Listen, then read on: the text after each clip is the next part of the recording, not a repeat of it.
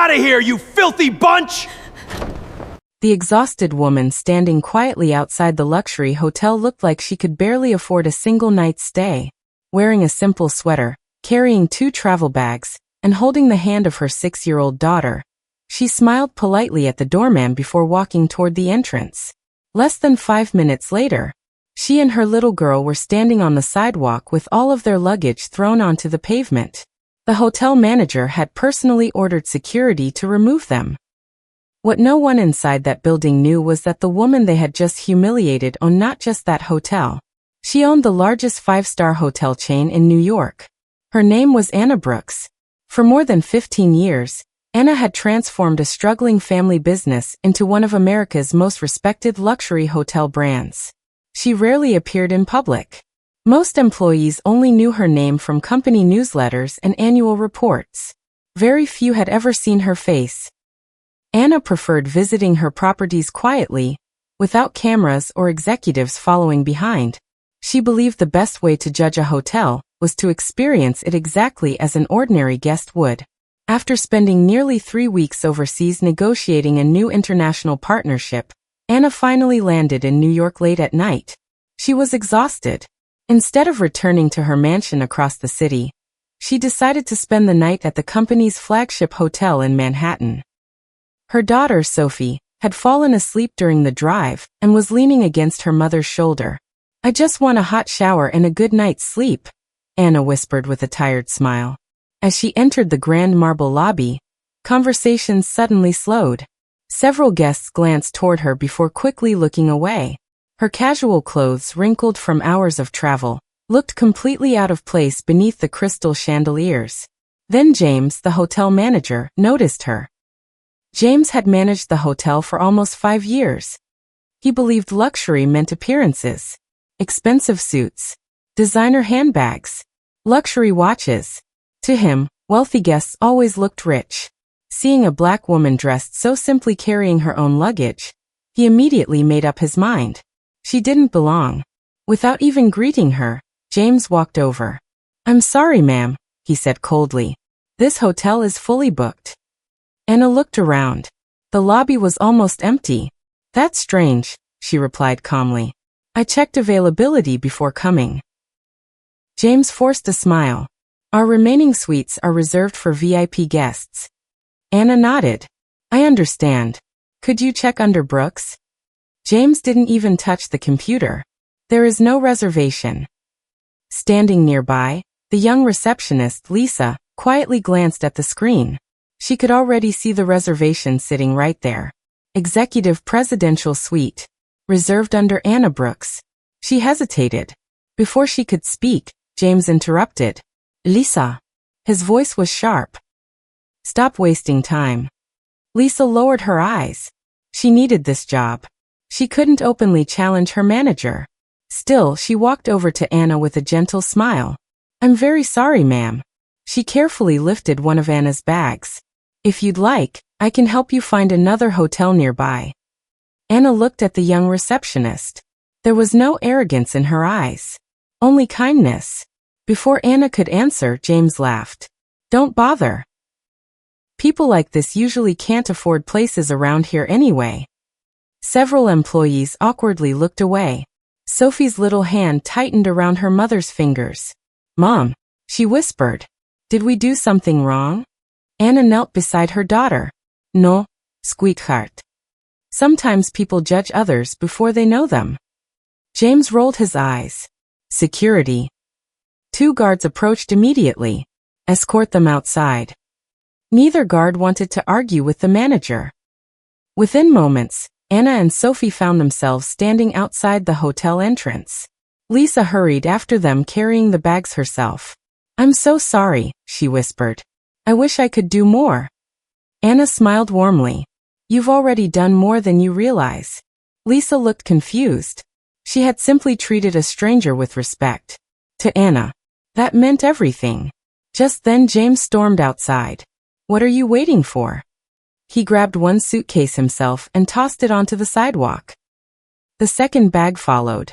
Clothes spilled across the pavement. Sophie's favorite teddy bear rolled into the street. The little girl burst into tears. Anna slowly picked up the toy. She hugged her daughter tightly. Then she looked calmly at James. She didn't argue. She didn't threaten him. She simply said, "I hope tomorrow is a better day for you." James laughed. "It definitely will be." Neither he, nor anyone standing there, had the slightest idea that tomorrow morning would become the worst day of his entire career. The next morning, James walked into the hotel wearing his usual confident smile. To him, the incident from the night before was already forgotten. As far as he was concerned, he had protected the hotel's reputation by removing two people who didn't fit the image. At exactly 9 o'clock his phone rang. "The CEO is on his way," the receptionist informed him. James immediately straightened his tie. Joe Harrison, the company's chief executive officer, rarely visited without notice. If he was coming personally, it had to be something important. Within minutes, every department head lined up neatly outside the entrance. The revolving doors slowly opened. Joe stepped inside first. Everyone applauded politely. Then another figure entered behind him. James' smile froze. It was the same woman he had thrown out the night before. She was dressed elegantly today in a tailored navy suit, her daughter Sophie holding her hand. The entire lobby fell silent. Joe looked around before speaking. "I'd like everyone to welcome the founder and owner of Brooks Grand Hotels." He turned toward Anna with a smile. "Ms. Anna Brooks." The room instantly became motionless. Several employees gasped. One housekeeper covered her mouth in disbelief. James felt every drop of blood drain from his face. Owner? This woman was the owner? His knees nearly gave out. Anna calmly looked around the lobby. Her eyes briefly met Lisa's. The young receptionist looked completely stunned. She finally understood why the woman had remained so calm the previous night. Joe noticed James' expression. "Manager James," he said firmly, "would you like to explain what happened here yesterday?" James opened his mouth. Nothing came out. One security guard quietly stepped forward. "Sir," he said nervously, "we were ordered to remove Ms. Brooks." Another employee lowered her head. "We tried to stay out of it." Joe's expression hardened. Then Lisa slowly raised her hand. "I'd like to say something." The room turned toward her. She spoke honestly. "Ms. Brooks never argued. She never told us who she was. I saw her reservation in the system. It was already confirmed. I wanted to check her in." She paused. "But Manager James ordered me not to." James immediately interrupted. "Lisa misunderstood. I thought the reservation belonged to someone else." Anna calmly reached into her handbag. She removed her phone. With a few taps, security footage from the previous evening appeared on the large television behind the reception desk. Every word echoed through the silent lobby. People like this usually can't afford places around here. Then another clip played. James throwing the suitcase onto the sidewalk. Sophie's teddy bear rolling across the street. The little girl crying. No one said a word. James suddenly dropped to his knees. "Ms. Brooks. Please. I made a terrible mistake. I didn't recognize you." Anna looked directly at him. "No. You recognized exactly who you thought I was. You saw a tired black woman wearing simple clothes. You assumed she had no money, no status, no value. You didn't mistreat me because you didn't know who I was. You mistreated me because you believed someone who looked like me wasn't worthy of respect." Every employee stood frozen. Anna continued.